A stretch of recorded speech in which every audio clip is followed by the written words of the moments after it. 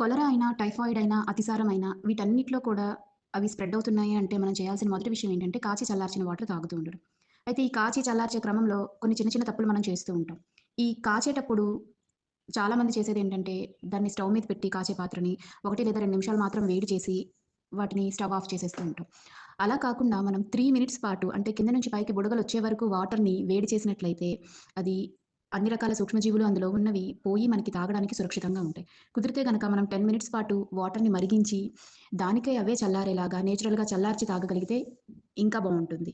అలా కాకుండా చాలామంది ఏం చేస్తారంటే, ఈ కాచిన వాటర్‌లో కొద్ది కొద్దిగా చల్లనీటిని కలిపి తాగుతూ ఉంటాం. నార్మల్ వాటర్‌ని కలిపి తాగుతూ ఉంటాం. ఇది కూడా కరెక్ట్ పద్ధతి కాదు. దీనివల్ల మళ్ళీ అందులోకి మనం సూక్ష్మజీవులను పంపించడమే అవుతుంది. అందుకు కాచి వాటికై అవే చల్లారిన వాటర్‌ని మాత్రం మనం వాడటం వల్ల ఇలాంటి రోగాల నుంచి మనం తప్పించుకోవచ్చు.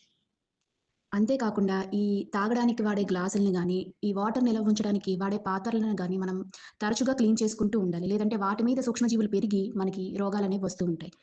ఇవి చిన్న చిన్న విషయాలే అయినప్పటికీ వీటిలో చేసే తప్పుల వల్ల మనం రోగాల బారిన పడుతూ ఉంటాం.